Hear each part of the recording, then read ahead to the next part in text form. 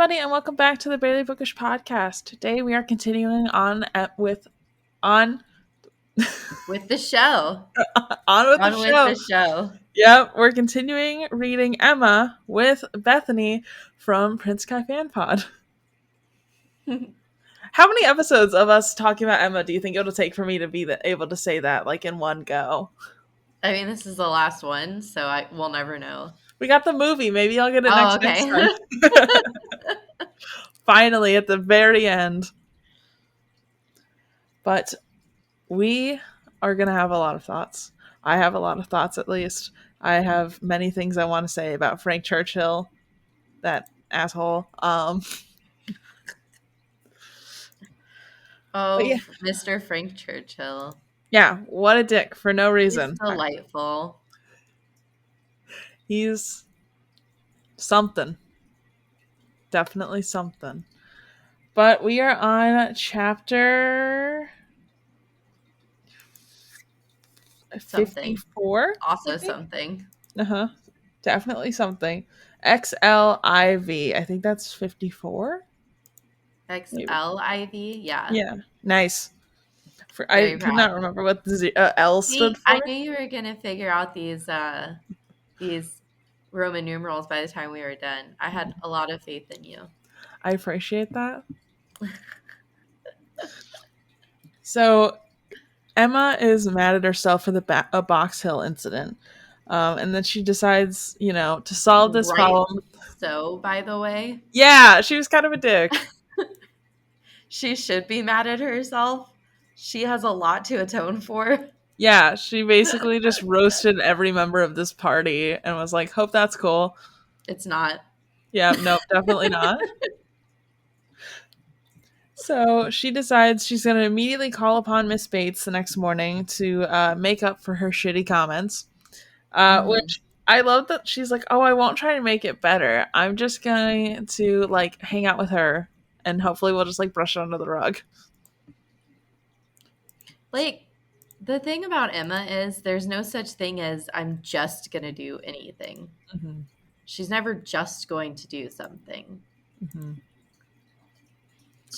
Our girl is nothing but a hard worker and an overachiever, right? Like, she doesn't half-ass anything, even her drama. Truly. They tried to sneak Jane out of the room as soon as Emma approached to make it seem like she was ill, which I thought was freaking hilarious. You know how you do. Yeah. She's like, tell her I'm dead. Tell her I'm dying. I don't know. Tell her anything. I'm dead and dying. Because that's how badly I don't want to be a part of this. Mm-hmm. I just like that they were like actively shoving her in the room. And they're like, oh, you just missed Jane. Oh, no. What will we do now? Oh, the horror. The horror. Yeah. Get it? I honestly could not be bothered to, like, I was having the hardest time reading Miss Bates' giant walls of text trying to figure out what was going on with Jane. I was like, I don't care enough. Because they're like 2 full pages, and I was like, I just They are. It gets excessive. Yeah, so I read it, so everybody else is happy. But we also know that like they didn't do a very good job of it. Mm-hmm. So yeah, and I read it, so nobody else has to. You're welcome, people. Very nice of you. So I hope people appreciate that sacrifice from you. I was like reading it at work, and it took me like hours because I had to keep pausing to take care of tables and stuff to get through like 3 pages because I had to keep like restarting to figure out if I missed something important. And I was like, I'm gonna lose it. You didn't miss anything important. No, that's the worst part. I can tell you right now, most of the time you don't miss anything important. Literally, though. So Jane is going to go work for Mrs. Smallridge, who apparently has 3 girls, and Jane is going to be a governess. And she wasn't going to do it, but she randomly decided last night that she would. Also, apparently, there was an after party and no one invited Emma. Can we just agree that Jane should not be anybody's, or that Emma should not be anybody's governess? Like, can we just come to a complete understanding that that is not a good idea? Yeah, but yeah, I feel like Jane would be a decent governess. Jane So would, but Emma, no, no, no, no, no, no. no, Jane's She, gonna be the governess, not Emma. I know. Oh, okay. I'm thinking that like if Emma were given that opportunity, I think Yeah, that she would not do a good job. I don't think so. She would That's ruin those girls' the lives, to be nicest honest. possible way that I can say those words in a sentence together. Well, it'd be like the Harriet problem over again. She would Yeah, assume everyone's like should marry above them, you know? I think she assumes that I don't know. I don't know the nice way of saying it. I think that she makes a lot of presumptions, and I think that's part of her character arc. But I also think that it's a very large flaw in her, one that usually results at the demise of someone else and Hmm. not her. Yeah. And I also First think like personal choice, right? Like that's neither here nor there, kind of. yeah, yeah. I also think that like Emma just does not understand her privilege most of the time. And so she's like, "Yeah, Yeah, no." we've seen that repeatedly, and I think that's something that Mr. Knightley provides a good foil on because he's constantly reminding her, like, you know, that she comes from somewhere where she has money and class and she's attractive, and plenty of men will want to date her and marry her, and she doesn't have to worry about, ruin or not being able to support a family, or maybe never even having a family, or choosing the wrong person, really. Yeah. And so she takes for granted all of those the benefits she gets from being born into a nice household uh, in jolly old England. Hmm. She's basically the Caroline Bingley from Pride and Prejudice, but in Emma, maybe a little nicer, but like just doesn't realize the gift that she has. Yeah, for sure. I like the comparison to Caroline though. Gotta love Caroline Bingley.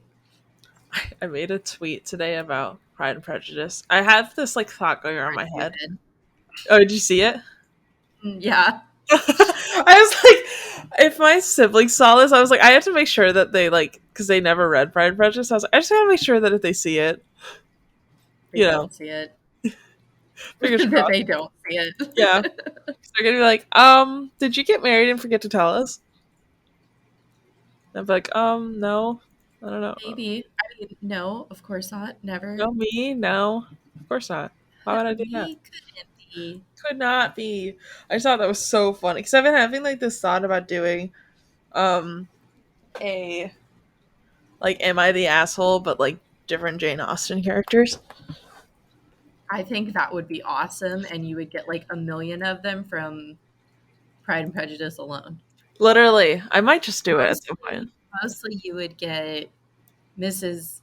Bennet, Darcy, and Elizabeth, but there'd be plenty there to choose from. Am I the asshole for telling a woman that her family is below Yes, me during my proposal. during my proposal? I'm better than you and your entire family, but that doesn't mean we can't get married. Wait, what? My best friend, let's call him B, says I might be the asshole. Let's call him B. That sounds legit. That's a name. Yeah. Oh man. Maybe I'll just do that. Maybe that'll be my little fun creative writing project this summer. I'll make like Twitter, like those TikTok videos, you know? No. Oh, you don't have those? Oh, you're not on TikTok, are you? No, I'm not on TikTok at Oh, all. they're So like I'll never know. a It's big. not just that I don't know. I'll It's never know. you refuse. Fair enough. My sister I don't also have to if refuses. I don't want to. I don't blame you. I lose so much time to TikTok. I just think it's fun. I don't know, man. I don't know. I spend enough time on Instagram as it is. I actually started not doing Instagram at all on the weekends just so I knew for sure I was taking at least some break. Yeah. But I definitely get people that are like, why don't you ever answer anybody on Saturdays? And it's like, every Saturday morning I put on my stories like unplugging for the weekend. So Yeah. be I back I Monday. love that. I saw that and I was like, I'll just send this question and then whenever you get back on Monday, you'll just answer me. Yep. Which is fine. Honestly, I I think it's been much better for my mental health. I definitely pay attention a lot to social media because of the podcast, and it's been nice to take a break at least sometimes. kind of want to do that, to be honest. Just like actually build in days for me to have off. Yeah, I do. That's why I do every Saturday and Sunday because I'm like that's my time away from my real job.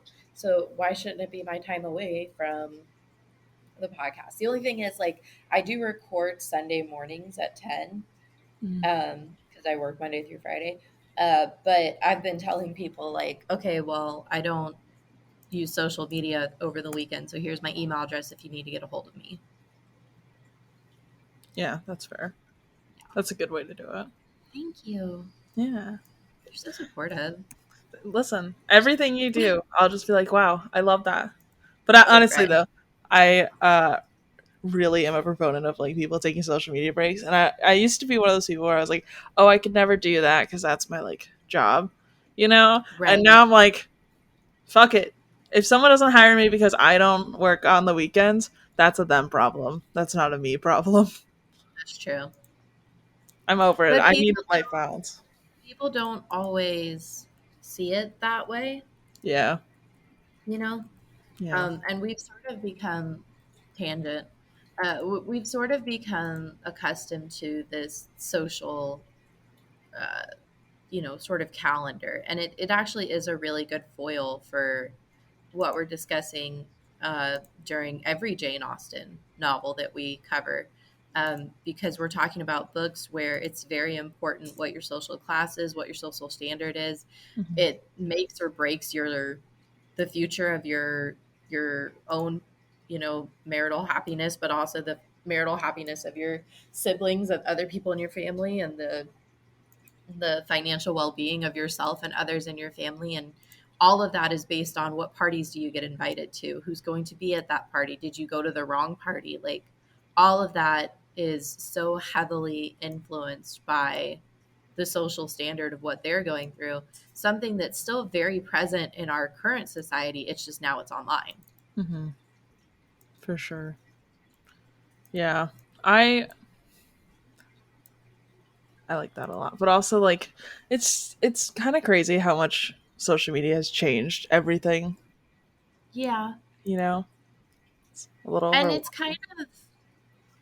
it's kind of indignative of what we as a society have allowed to happen Mhm. in terms of social media, a lot of which was heavily influenced during the pandemic because thanks to social media, we were able to keep in touch with people. We were able to keep in contact. Myself, especially, I'm an extrovert. So having social media and internet companions like that was extremely essential for my survival during that time frame. But because of that, you do sort of get addicted, for lack of a better word, to Instagram. And I know myself, I try very hard to make sure that what I'm doing on Instagram is productive. Am I messaging people? Am I looking at posts from people that I know or people that I might want to know? Am I keeping myself updated with like authors and books and followers and stuff? Or am I scrolling and watching random people paint their nails? Am I scrolling and watching like dogs learn how to open gates? Because I could do that for days. Anything with a turtle is going to catch my attention. So I try to make sure that like what I'm doing on social media is strictly productive because Mhm. I feel like when I don't do that, I just do hours and hours of rabbit hole. And it's like I just spent an hour. If I can spend an hour going down a rabbit hole of Instagram, how many chapters is that in a book? Mhm. How much of a conversation is that with like my sisters or my husband or my family? How much of that energy could have been spent to like playing with my dog or writing my own book or working on something, crocheting a blanket? Like Mhm. I feel like, at least for myself personally, I have to make social media productive because otherwise it's a distraction from me actually being present in my everyday life. Yeah, that's how I was starting to feel. Like I used to get up and scroll on TikTok for like 30 minutes and I was like, okay, no, we're not doing this anymore. Like this I'm trying to do a reset now that I'm back from vacation Mhm. and trying to be like more particular with my time so that I can have a lot more free time because I feel like I'm always playing catch up and I'm tired of it. And also I want to quit my job. So I need to Yeah, make some strides towards that. And scrolling for 30 minutes is not me updating my resume. You know what I it's mean? really not, and it's hard to break away from that because there is something genuinely satisfying about scrolling on social media, or we wouldn't get addicted to it, right? Mhm. And so it's hard to like allow yourself those small moments of joy and then realize like I didn't get anything done today, and then it's like, why didn't I get anything done? I had so many hours. Yeah. Yeah. Also, I took an entire course on resume building and cover letters. So if you need help, email me. Ooh, okay. I might need, it's been a long time since I've done a cover letter, so I might need help with that. You got it. 'Cause I do, like, I'm really good at resumes. Cover letters, I'm like, yeah, fuck. But, I'm good at both just yeah. because I took that course. I'm very familiar with like Mhm. if you're looking for a job, if you're looking for A, B, and C, then that needs to be on your resume and your cover letter. Mhm. So sometimes you do have to have multiple resumes that prioritize different skills and different background levels. Yeah. So I've got pretty good at that, especially since I've been looking for a job for the last like 7 months. So um, yeah, just email me. I'll help you. Okay. You're a legend. I appreciate it. Thank you. Oh, thank you. Yeah, and also if my other bosses hear this, I'm talking about my restaurant job, totally not you. Love you guys, thank you. Okay. Covering my bases. I hate my restaurant job. Anyways, Emma, Emma. Emma would be a fantastic writer. She would just do like all dramatic romance. Yep. You know those books on like with like the guy on the cover and his hair blowing in the wind and Fabio. yeah. That's Emma. That's every book Emma writes. Uh-huh. Uh-huh. And they That all are or weirdly she shaped would like have like How to Get Married in 10 Days or mhm. No, weirdly shaped like Mr. Knightley. It's so strange. I don't know. Mhm. It's either that or it's a lot of vampire romance. So much. I would love that though. I would read the shit out of that. Oh Like hell yeah. I would be super grateful that she even did that. For sure. I'd be like, oh yeah, give it to me. Sounds great. She's like, they're all like kind of related, but not really. Totally not. But like, it's your Like sister's kind husband. I of, don't know. sort of, maybe a little bit. Not legally. I mean, that stuff happened a lot at the time, so we Yeah. can't get too upset with them. I mean, they're not They're siblings. not wrong, They're not related. right? It's just a little weird, but not really. But like at that time, the pool of people you could choose from was so small. It was going to be hard not to have at least some overlaps, I Yeah. think. Yeah. So, Facts. mhm, But facts. Emma at this like little like gathering at Miss Bates' house, she just kind of checked on everybody and then she left really quickly. She was there like probably 5 minutes. Mhm. And then we are on to chapter 55. When Emma gets back home, Mr. Knightley and Harry are there. Knightley tries to leave immediately, but is super weird about it, and he says he's going to John and Isabel's. Now, what could he be doing there? I wonder. I wonder what he could be doing. Oh, Emma's so stupid. She's like, he doesn't love me, right? Like he is He's no not not. even trying to hide it. Like most of the time, he's not even good at hiding it. And she's still like, "What? Oh no, I can't believe it." So I'm also reading A Touch of Darkness right now. Same vibe. Very appropriate. Also, I think you're I think I like yelled at you and told you to read Crave, which you're also reading, Yeah, right? I'm reading that too. Okay, so I was reading A Touch of Tell me Darkness in the like car. how much you hate yourself that you love it, because that's how I feel. Yeah, it's literally it's not that well written, but like God, it feels like reality TV to me, you know? I could not read those books fast enough. And I remember telling my sister, because she's like a huge Twilight fan. I Mhm. remember telling my sister like, "Oh my god, you're going to love these books." And she's like, "I don't know. The older I get, the more I'm like, Twilight was kind of sketchy." And I'm like, "No, no, no, you're totally right. But hear me out." Yeah, literally. I was like live tweeting my reactions to you, which is my favorite thing to do anytime I know someone's already read the book. So I have another friend, Danny, and I'm like live tweeting to her. I'm like, so she's gonna say to Hades, blah blah blah blah blah, and pretend that she doesn't even care. She totally cares. What an She idiot. totally. So can I ask, which book are you on in this series? So Crave, I just finished Crave. I'm like starting Crush. I'm just Okay. at the point where she wakes up and she's Oh, like, I'm so excited. I yeah. have so much excitement like on your behalf. I can't right now. I had to like pause it though However and long switch. Oh, take a sorry. break from classic lit and just do episodes on that series, I and you don't call me as your guest, I'm going to be very disappointed in our friendship. No, Like trust me. genuinely, I will be genuinely upset with you. If I somehow start doing that instead, I will let you know. Don't maybe I'll do like a little special run or something. Oh my god, we should do a Patreon for it, and then we could put it on both our Patreons. I always need more content on Patreon. Right? Okay, you heard it here, folks. That's what's happening. Okay, sounds good. Oh, yes, perfect. Anyways, Let's just gush about it. Emma is blind as a bat, Blind as a even bat. even though she supposedly knows what a typical teenager that Yeah, she knows everything about the universe literally though. and nothing at all. I fully remember myself being like this. Oh, So 100%.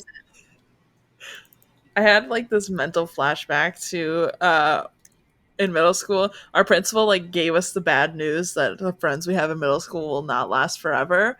They And really I don't. remember looking at my two friends and be like, that won't be us guys. And now I haven't spoken to them in years.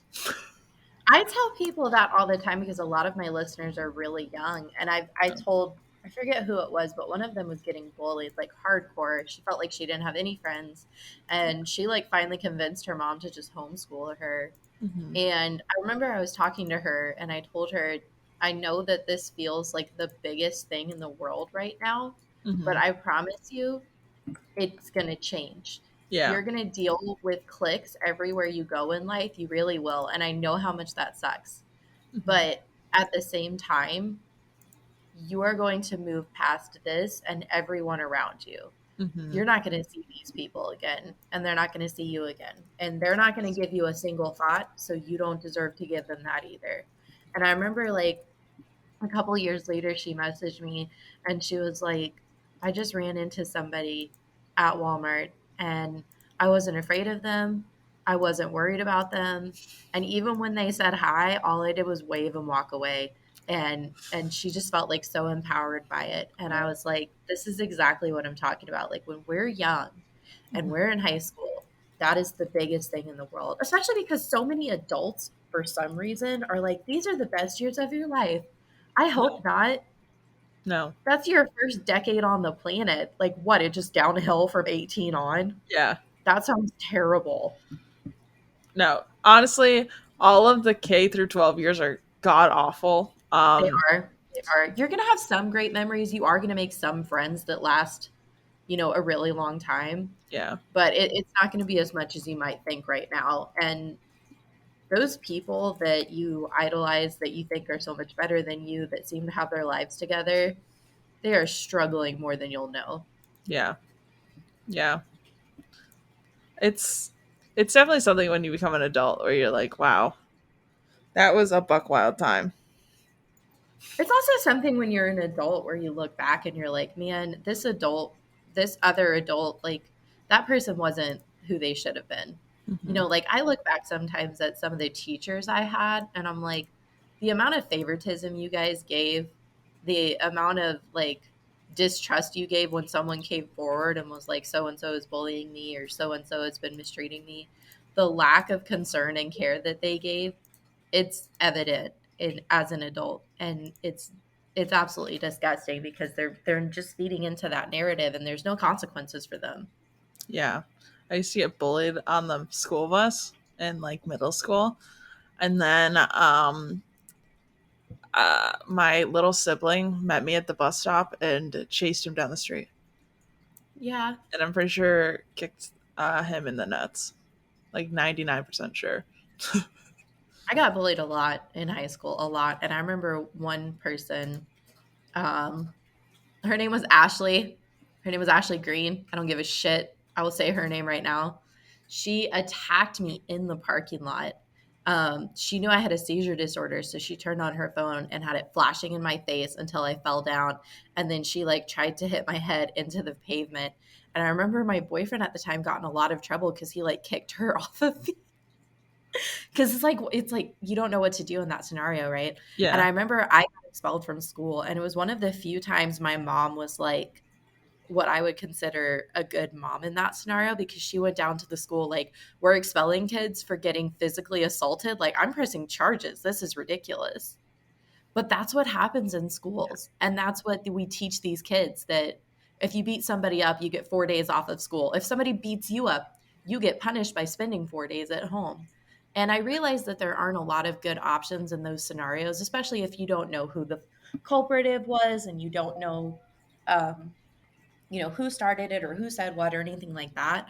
But there has to be a better way for us to address bullying, especially when so much of it now is said with words and not hands. Mm-hmm. It's said through the disguise of the social media world. You can make your name whatever you want Mm-hmm. and say whatever you want, and there's no consequences for it. And it's absolutely terrible. And if I were a parent, not that I am, and as much as I appreciate all the young listeners I have, if I were a parent and my kids had social media, that shit would be on lockdown. Yeah. Privacy settings, fake names, call yourself like, I don't know, anything you want. Goddess of the Moon. That can be your handle. Yep. Nothing that could relate back to you. Avatars instead of photos. Like, if you want to use it to communicate with other people, that's fine. But as long as I'm in charge of you, and I don't care if that's against the rules, like as long as I'm in charge of you, I have to do what I can to protect you, and I would have to separate it so much. Yeah. I I'm glad I don't want kids because I can't even imagine like Oh, raising a person. I'm like, nope, that sounds terrible. I don't think so. I watch my Which is friends and I'm like, right, because the people who are listening are probably, they're braver than I could ever be if you have kids, especially yeah, if they're teenagers and they have social media. And I send you all of the positive vibes I can possibly manage. yeah. Best of luck to you. Um, have fun. I don't know. Hopefully, listening to this podcast gives you a tiny bit of a break. Yeah. Well, I hope I bring you serotonin. We bring you serotonin, anyways. that is our goal in life. Anyways, Anyways, I don't have a good transition for that one. there is no good transition for that. Bullying is terrible. Yeah. We see a little bit of bullying in this book, but it's Frank very Churchill. small. It's honestly, a lot of it is just misguided from Emma. I would consider what she does to Harriet bullying. Yeah. Also, I think Frank Churchill bullies Jane a lot, though. Yeah, yeah, you're right about that. Yeah. Yeah, good But job. oh, so I forgot where we were at. Jane, or not Jane, Emma just came back and saw that Harriet and Knightley were there at her home. And so Emma's like, I just came back from the Bates house. And Knightley like looks super happy. So he goes to like kiss her hand, but like he chickens out the last second. I'm like, sir, what's that about? What are you doing? Don't be suspicious. Don't Yeah, he's be like, sus. I like that it's, she's like, well, he's done this all the time, but now it means more. I mean, So it does mean more, though, yeah, right? Yeah, because now it's a I think you're really hot and I'm fantasizing about you. Kiss on the hand Now there's instead of being like, "Oh, you're my brother's wife's sister." Mhm. Oh, and then so out of the blue, Mrs. Churchill dies, which I honestly did not see coming. It's a unexpected format of drama that Austen put into the story, but I do think it's another good foil because again Emma doesn't take the world seriously, and this is a reminder of how short life is. Yeah, for sure. And I also think it's a good reminder to us as the reader that even when we're reading a story that ultimately is happy, these types of traumatic things are going to be unexpected. Hmm. And when they do happen, you're not going to know how to deal with it. And it could be smack dab in the middle of the happiest time of your life. Yeah. And also it's a good reminder to like not talk shit about people's health. Yeah. Something we don't put enough value and effort in. Hmm. Right. Emma is kind of a dirtbag though because she sees this as a positive because now Frank could totally date Harriet. Oh my gosh. And I'm like, Emma, Emma's no. mind is like always strategically turning. She's always thinking of like, how does this benefit me? Emma having a Kris Jenner moment. Emma having a Kris Jenner moment. 100%. 100%. um, That's such a great analogy. I'm sorry. I'm just like super proud right now. I'm just like, yes, my friend came up with that. Anyways. listen, we're having some good quotes on this series so far. Sure. Sure. Miss Bates, original podcast host. Emma is the Kris She Jenner. is She is. the name of her podcast be. I want something that's like bait related because like baiting, Yeah. Hmm. baits, baits. I don't know, baits and tea or What if it's something. like take the bait with Miss Bates? Oh, I like that. Maybe something like that. I don't know. I'll keep thinking about it. Maybe Cool. we'll do a poll on social media and see what everybody else Yes. comes up with. Or is there that thing where you can like send in answers? Yeah, we could do that on. We can do it on both of ours and see who's got. Yeah, we could do it on our stories. Yeah. See what happens. See who's got the best answer. Oh, yeah, I like that idea. We'll share the good ones. You keep the bad ones secret, but we'll share like all the good ones. We should just share all of them, Yeah. unless they're like Weird. inappropriate, and then Yeah. like just kidding. We'll share all of them as long as they're not weird. And by weird, I mean Or like, like respectful. yeah. Yeah. Let's do it. Let's do it. Anyways, do we do a Anyways. podcast too? Huh? Do we also do a podcast? Is that something that we do on this show? We'll have a No? podcast, Okay. then a podcast, then a pod. Oh, wait, you wanted to do another podcast? Or I'm wait. saying, are we supposed to be hosting a podcast right now? Oh, yeah. Yeah, well, casual. Also, chit chat corner. Also, chit chat corner. So apparently, the only person allowed to visit Jane is Perry, which I thought is funny. And then I don't know if you're looking at my notes right now, but my guess was that Jane's pregnant. Oh, that's a guess. Which You're did so not. dramatic. I am dramatic. I just thought it'd be Oh, funny. I don't know. like dramatic quotes you can come up with. You're like, this will be great. Yeah, I was just like, I like to throw out the Buckwild answers. Understandable. Understandable. I like to. It's fun being wrong. I don't know.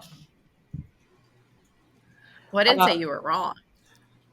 I just said it was outlandish. I never said you were wrong. Watch it be the Emma sequel by Jane Austen. The Emma sequel. Turns out the entire time that she was in fact pregnant. So weird how that happened. Like I the don't what is know. that? Cursed child version. Oh man. I just like to pretend that that doesn't exist. A good way to be. Yeah. It's like my way of surviving the world. I remember reading it and I was like, what? Okay. Yeah, because it's kind of like, I don't remember signing up for that, but okay, Yeah. thanks. But also, Harry Potter has kind of been ruined for me. Yeah. Yeah. Oh, who was it? Christy Bates, who wrote Hot British Boyfriend, which, by the way, is the most adorable rom com. Please go read it. Yeah, I haven't read Um, that yet. she said it best in the book when it said that, like, while I no longer support the author, I refuse to let her ruin my childhood, as in the same way that she's ruined the love and life of so many others. And I was like, this is gold because this is how I feel about the thing that raised me. Yeah. Yeah. I I now buy like anytime I want anything that's like Hogwarts esque, I buy Mhm. it through like Etsy sellers. So I will not give her more of my money. Or time or effort or attention. Yeah. So apparently though, uh Jane is just dodging Emma, Hmm. which we'll find out why here shortly. Will we? I feel like sometimes it's like we'll find out why, and then we find out why, and it's like a little underwhelming. Yeah, you're like, okay, sure. Go off, I guess. Hmm. I will say though, Emma Like all appreciate I do is go off. same. Big mood. Yeah. Emma's happy though, at least she tried. We're proud of Emma for at least trying. I honestly kind of thought that maybe Jade was just like still super offended, which honestly would be fair. Yeah, and deserved. Right. Yeah. Cuz Yeah. like Emma said Nothing some messed nothing up. wrong with that. Yeah, like we're cool with it. Support Emma in that. But yeah. So then we are on to chapter 56. So Emma gets told by Mr. Weston that she has to come to their house secretly and alone. And I'm like, okay. And not sketch at all. Yeah, totally cool. I I apparently I just really had like secret pregnancies on the mind for some reason because I was like it may She's be pregnant. it may be because I was just like celebrating my friend's like gender reveal. Knew that So Jane Austen was making a soap opera where everybody's just randomly pregnant. I don't know. I just was like, maybe. Listen, if you didn't have any context, a lot of this seems like it could be secret pregnancy. Just saying. That's true. So, Emma is freaking out because she's like, it sounds really bad. But then Mr. Weston looks at her and she goes, it has nothing to do with like Knightley. And she relaxes a little. And I'm like, yeah, girl, we all know. You been know. We're suspicious. So We're, apparently, oh, sorry, what? I would say we're suspicious, not just um yeah, no, just kidding. Go ahead. Don't be suspicious. Don't be suspicious. Yes, exactly. So they say that she won't see Frank since he's halfway to Windsor, and not sure why Emma's supposed to care about that, but whatever. Turns out Frank and Jane have long since been engaged, and I think like I had guessed this at the beginning, but Uh-huh. also You it did. still kind of surprised me because Because we don't want it to be true. like This he was isn't so something that mean. we want. No, he was so mean, and like, why did they have to hide it? There's no like, it does not make sense. Hmm. Like he keeps trying to like give reasons, and I'm like, this is dumb. This does not make sense. Mrs. Weston says that she was worried that Frank led her on, but Emma's like, yeah, no, I don't care about Frank at all. So it's cool. But he definitely did. And the whole time he was engaged to another woman. So, Again, this isn't like unheard of though. yeah. Especially because while I think we want to think their marriage is more than it is, a lot of times it's a marriage of convenience as much as it is a marriage of like love or affection. Yeah. And we got to try and not judge them for that because it really was just that was the time of it. Yeah. Yeah, but he should have been nicer to Jane. True story. There's just no You reason. won't get any disagreements from me there. Yeah. And it's not like he couldn't have been seen courting her. Right. So it did not make sense for him to like hang out with Emma so much and talk shit. I don't know. You're So just like done with their shit. You're I just like, you know am. what? This is inappropriate and this is inappropriate and you should be ashamed of yourself. Truly. I just don't like Frank, okay? Like, end all be all, don't like Frank. Understandable. He is not a commendable human being. Yeah, like, what a dirtbag. So apparently Frank was flirting. I almost said dirting. Frank was flirting with Emma because there was a miscommunication, and I'm like, I don't care if there was a miscommunication. Like, you're engaged. How Mm-hmm. dare you? So she helps Mr. Weston feel better about the whole thing, which is good because honestly, the Westons shouldn't feel guilty about something the kid they didn't raise did. Right. At the end of the day, like it's not their fault, but I'm glad But they feel it's better. understandable why they would, Mhm. because again, we put like a lot of pressures on ourselves, and that's going to be reflected in other people too. So Yeah, and like yeah, technically, the only reason he's even in town is to see them. right. So the So only reason that he's like exposed to the community is because of them. yeah, but it's not their fault. So It's like adjacent. yeah. Yeah, it's like it's not their fault, Mhm. but what they this is like the consequence of their actions or whatever. Yeah, like I get why they feel guilty, but it's not their fault. Right. So then we are on to chapter 57. Hmm. Yeah. So Emma feels bad that she pushed Harriet towards Frank because once again she sets Harriet up for failure. She's a really bad friend to Harriet. She is. Like a genuinely bad friend. Yeah. Like a And if the worst, she doesn't see it at all. I know, and she still is just like, I can't believe I have to let Harriet down again. And I'm like, girl, you should have just let Harriet marry the man that she loved. Hmm. Because she was cool and fine and dandy with that, and then you ruined it. So And again, it's misguided. yeah, and especially after she put together like sorry, not she.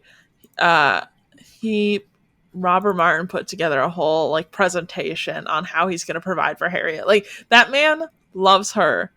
I love that he was like, okay, here's my PowerPoint of why you should marry like Yeah. me. Here's like my 5-year plan of how I'm gonna like feed our family and take care of our kids and take care of you. Like Yeah. it's so I think personally, I think it's romantic, Me but too. that's just me. I think it's so cute. Yeah, I do too. I love it. I think that it's incredibly adorable and I want to see more of it.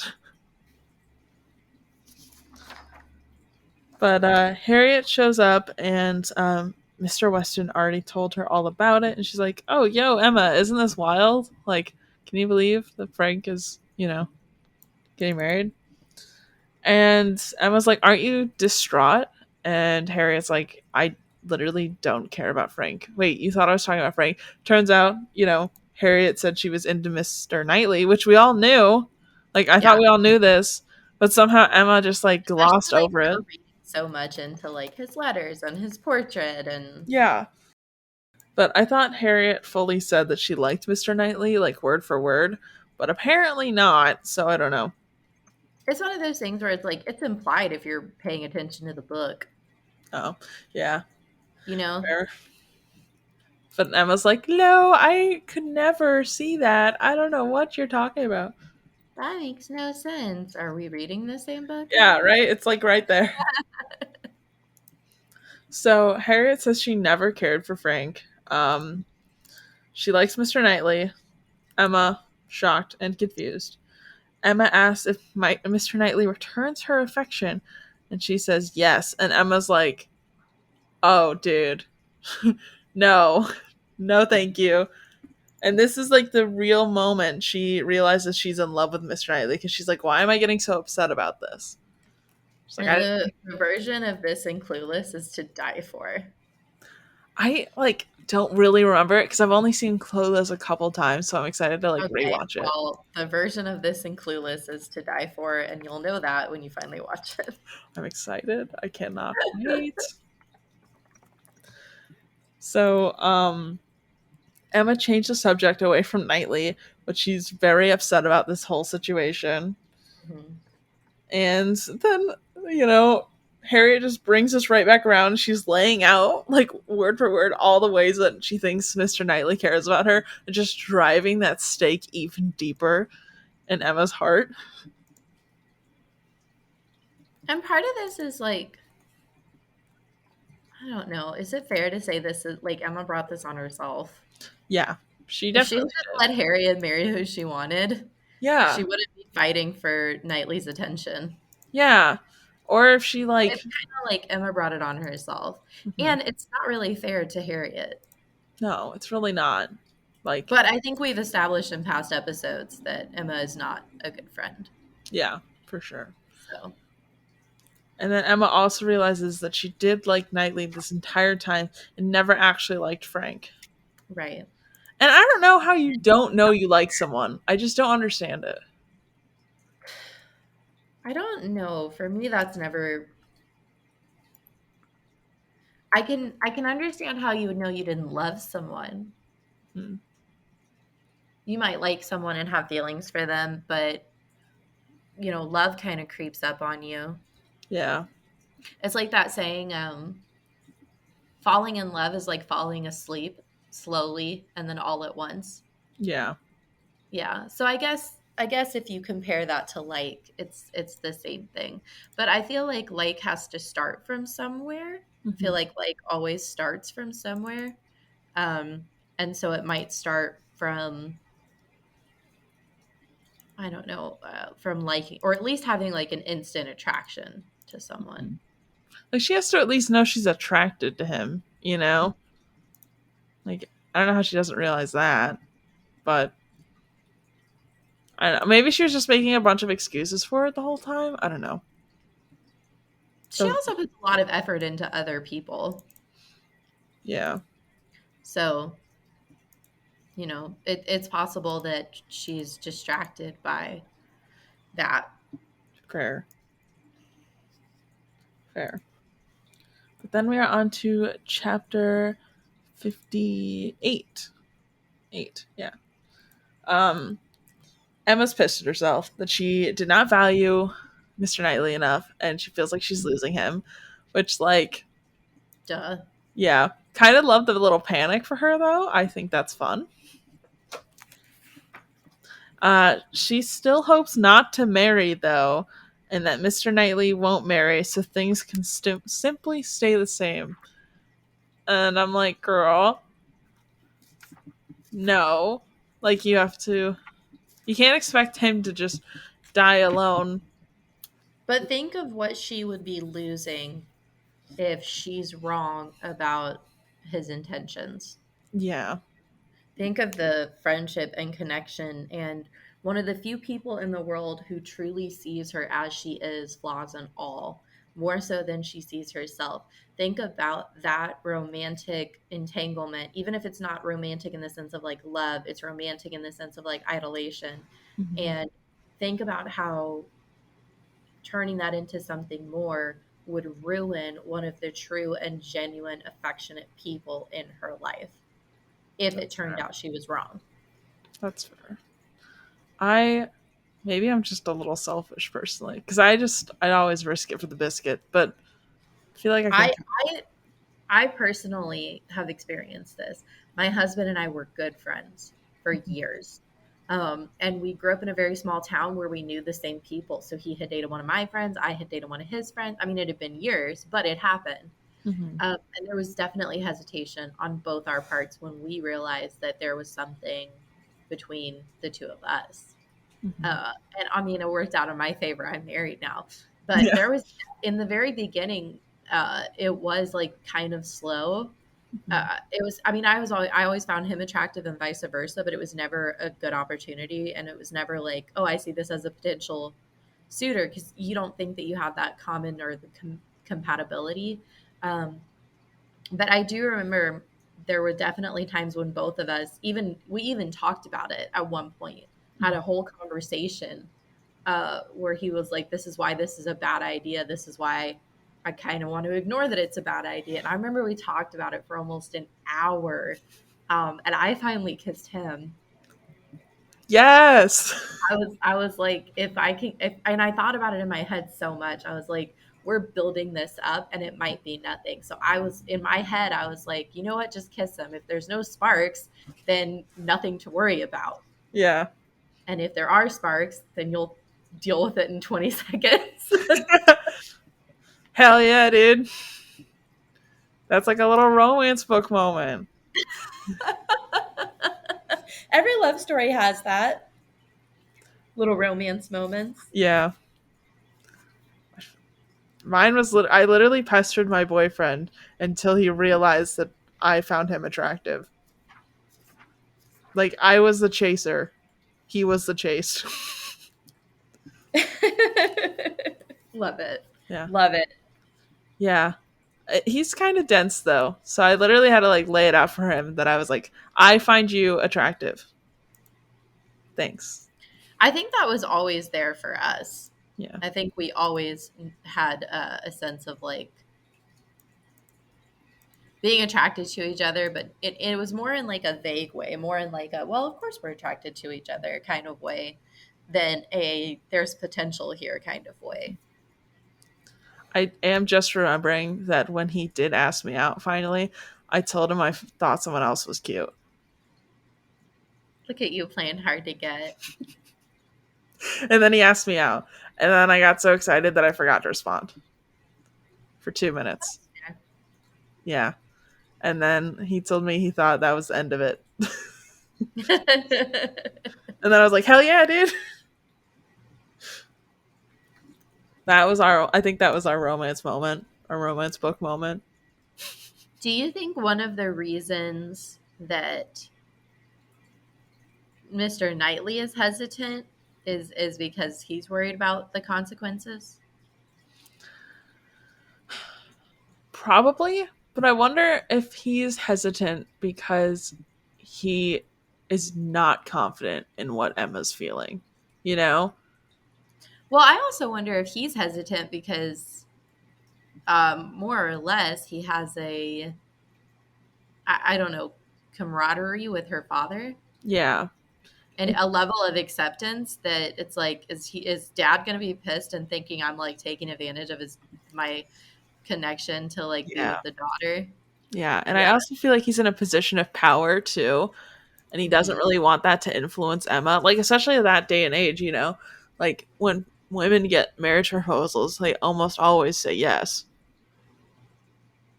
And yeah, I mean, because again, I think that's because what are the consequences if they don't? Yeah. Like, I feel like your options are limited. You kind of have to, even if you're like, ugh, okay. And I don't think he wanted to put Emma in that kind of position. Would you? What I have asked? Would you want to put the person that you love in that kind of position? Oh, no. I would never want them to be forced to say yes. You know what I mean? Like, so I totally understand where Knightley's coming from, where he doesn't want to ask because he doesn't want Emma to have to say yes if she doesn't feel that way. Hmm. So I like his in a moment here when he's kind of like picking around to see her feelings, even though again, she doesn't know that he's talking about her, and he thinks she's talking about him and not Frank, which is very good.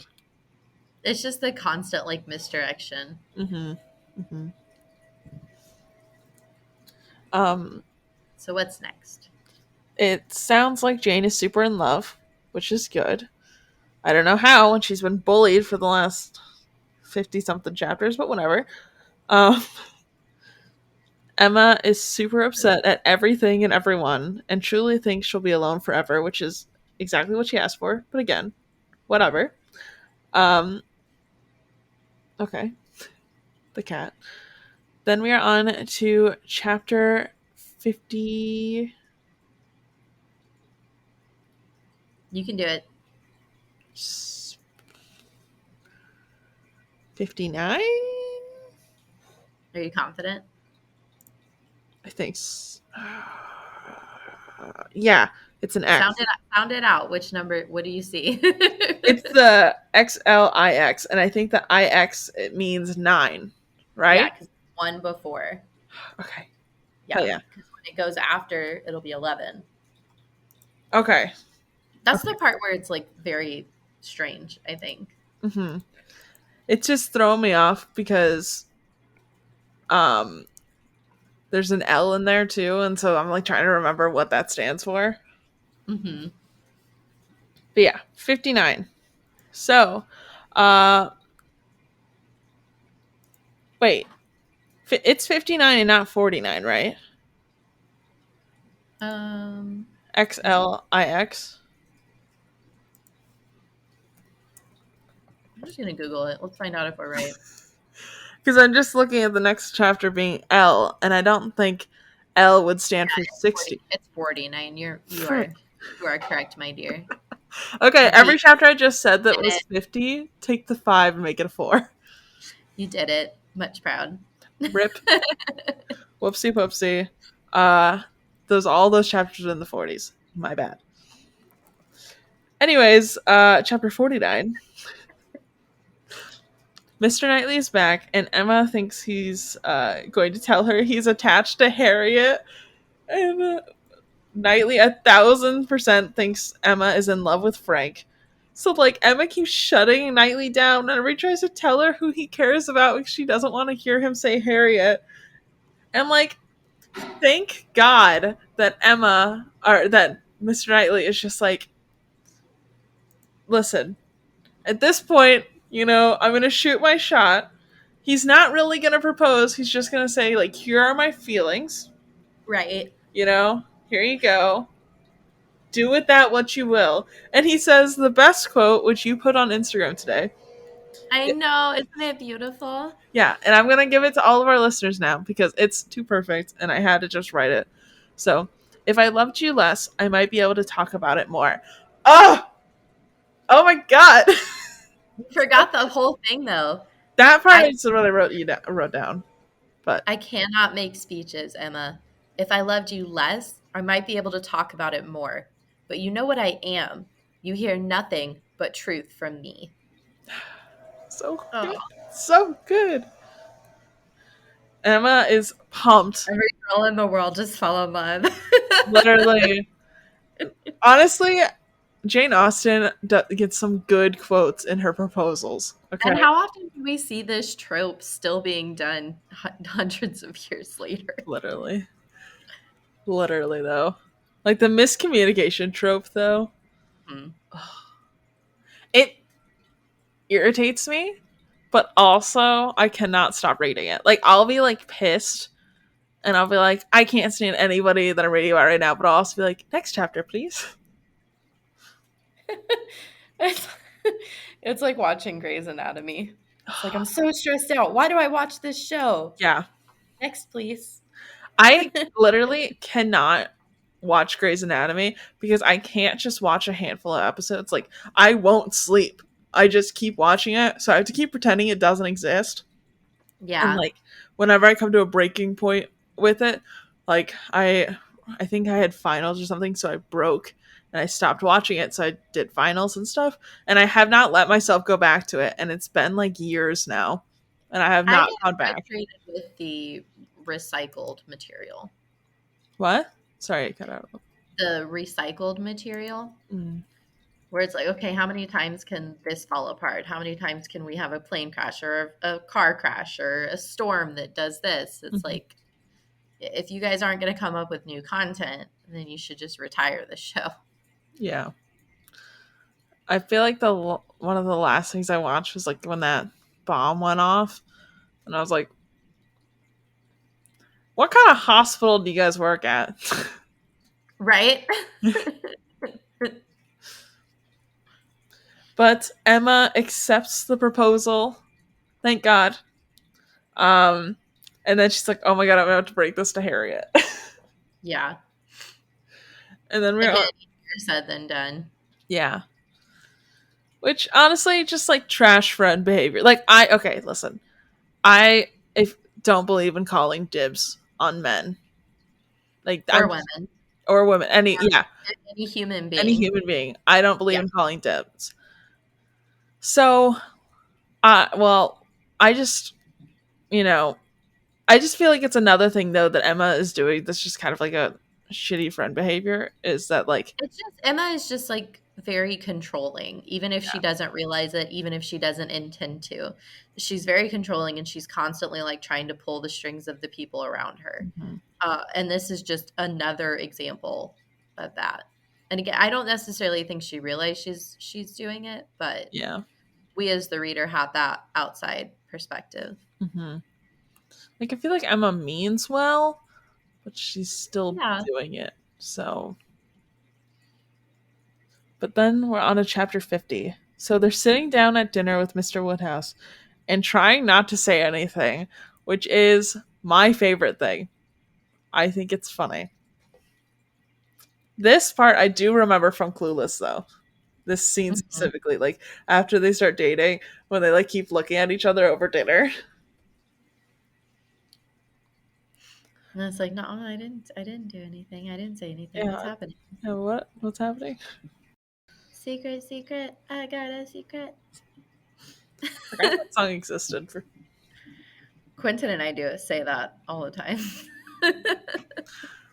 mine is And always you don't. can bet if anytime anyone in our proximity says the word secret, both of us, secret, secret, I got a secret. We got some songs like that where, but it's mostly like don't be suspicious, don't be suspicious. Suspicious.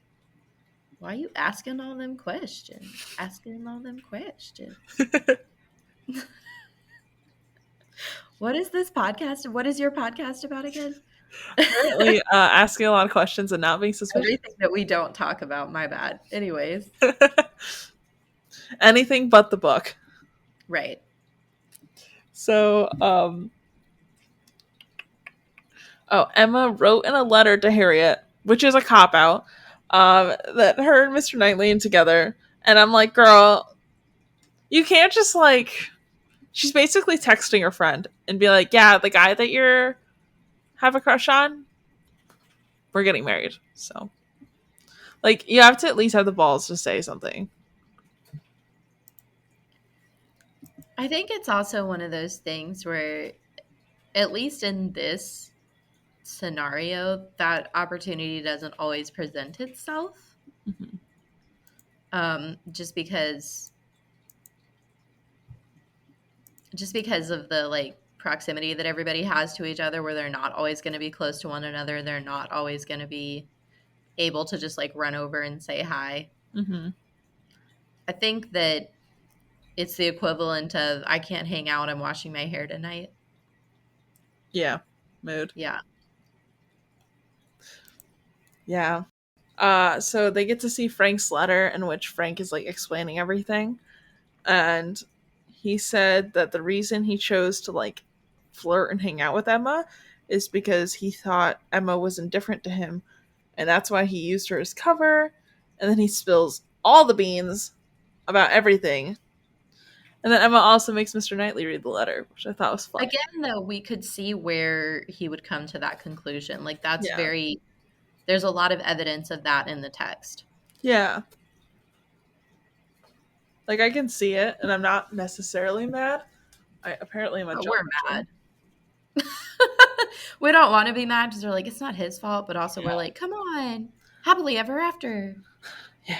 But I'm also like, dude, just flirt with your girlfriend. I don't understand. Just you could you don't have to say that you guys are engaged.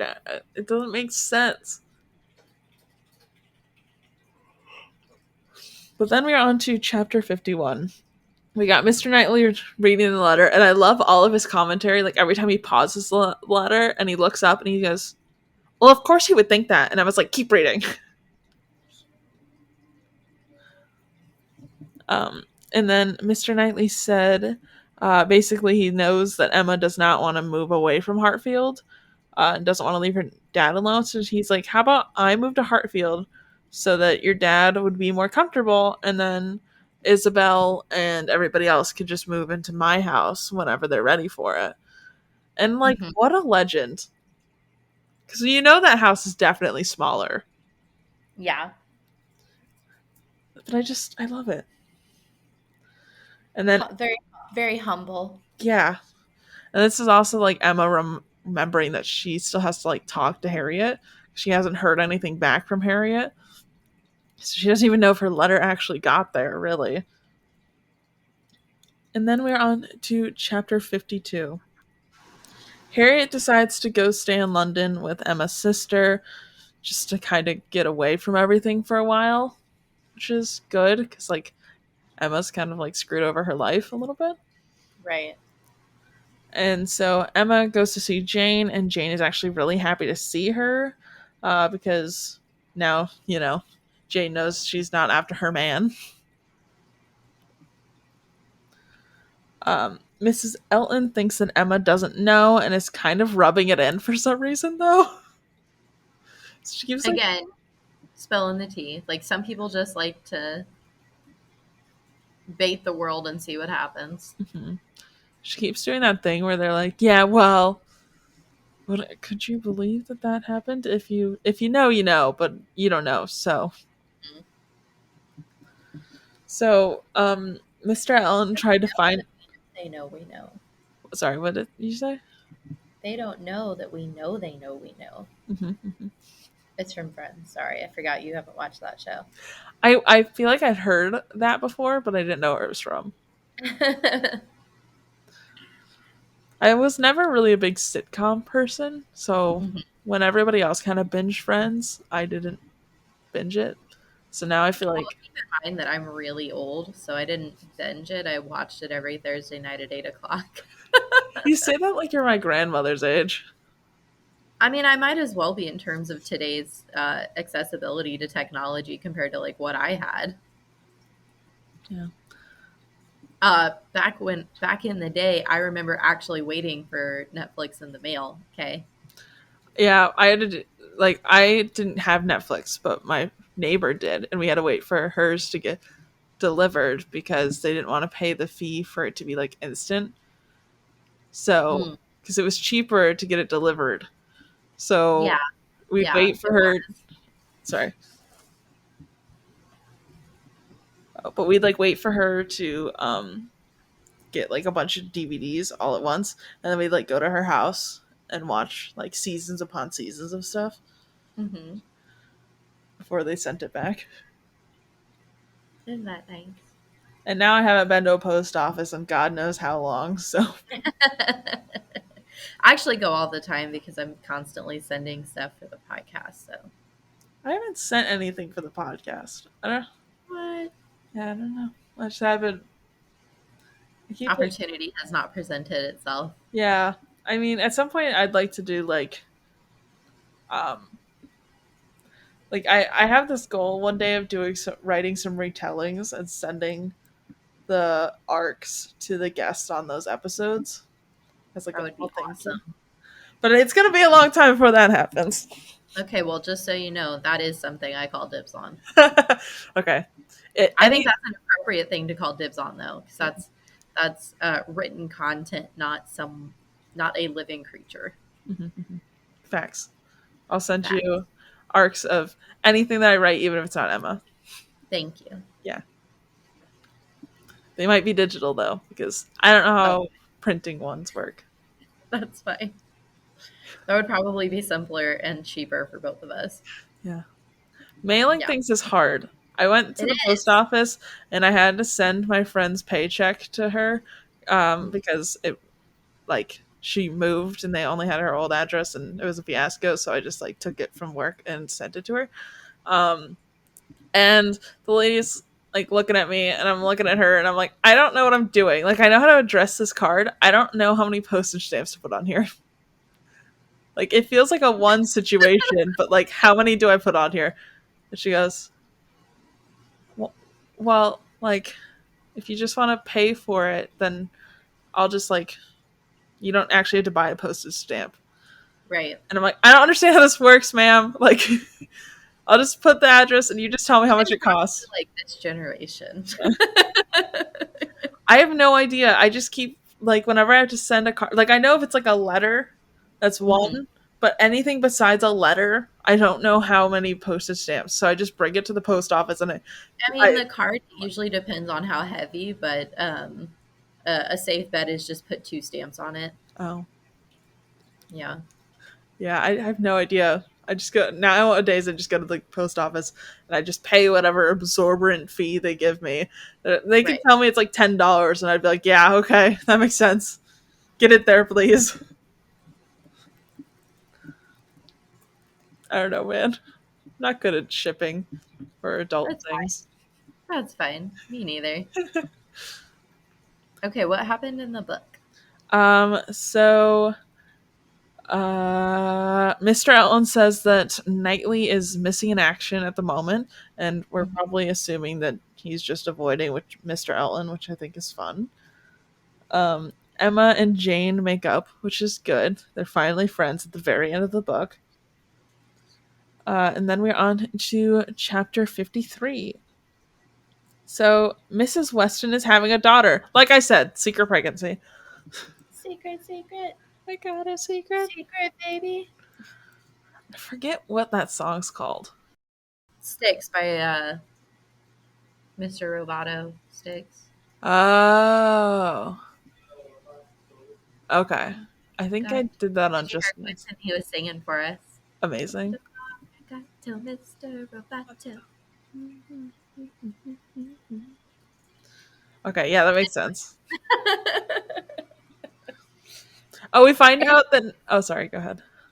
No, go ahead. I was just like trying to redirect us back to the.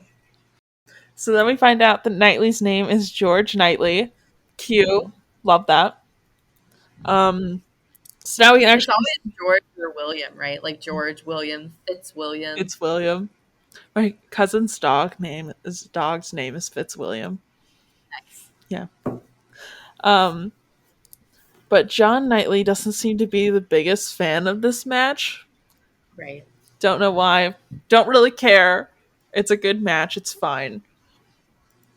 And then Emma is talking to her dad about it, and her dad seems fine with it, which is good. Especially when she says, "Hey, we're still gonna live here," and he realizes nothing's gonna change at all. He's like, "All right, cool. That's chill." Um, Mrs. Weston is very happy about this. Word spreads very quickly in town. Every single person knows. And then Mrs. Elton is talking a lot of shit about it, but like nobody cares what Mrs. Elton thinks, so it's fine. And then we're on to chapter 54. Here So, we go.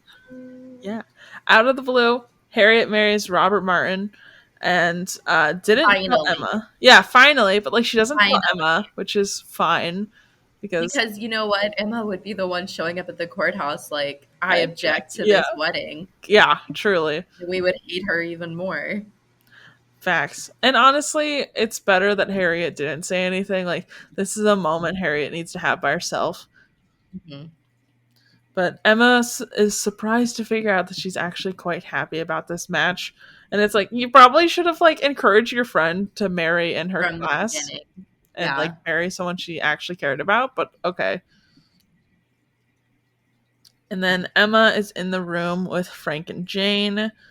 Um, and Frank's like, I love her so much. Like, I love Jane, and she is the light to my mornings, and the sun in the dawn, and In blah the blah. dawn. Yeah.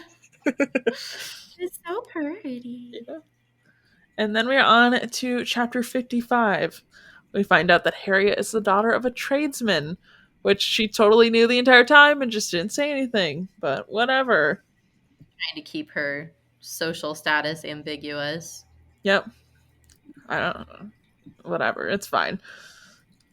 So then Harriet gets married first, then Emma, then Jane, and yay, they're married. And then the book ends. Woo. They all lived happily to the end of their days. Mhm. The end. I really like this book, to be honest. I thought it I'm was so glad you good. liked it. Yeah.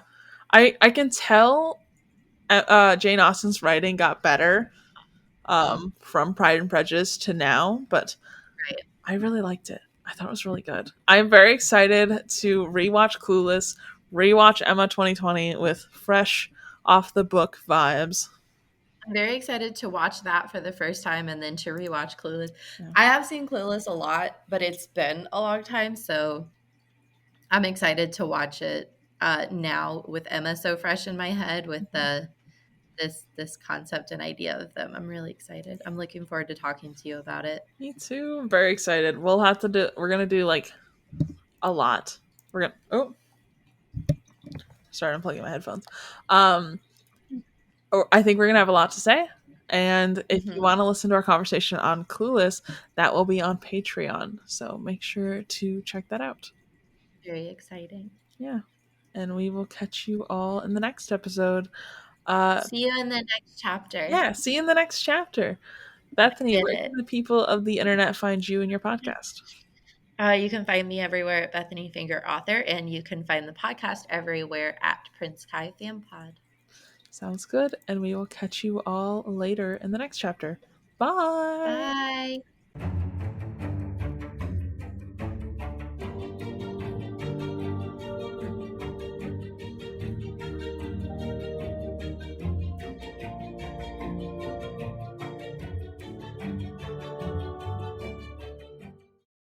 Thank you all so much for listening to this episode of the Barely Bookish podcast. If you want to find me, I am at Barely Bookish on literally everything.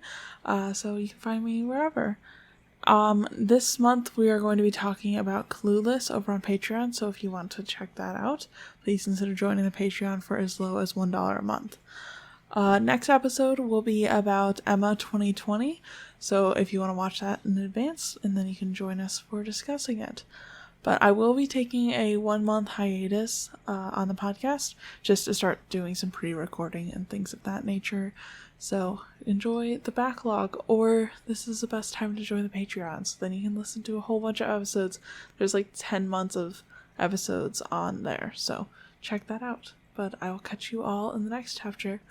Our logo was designed by my little sibling Sarah. Our theme song is by Raphael Crux, and I'll catch you all later. Bye!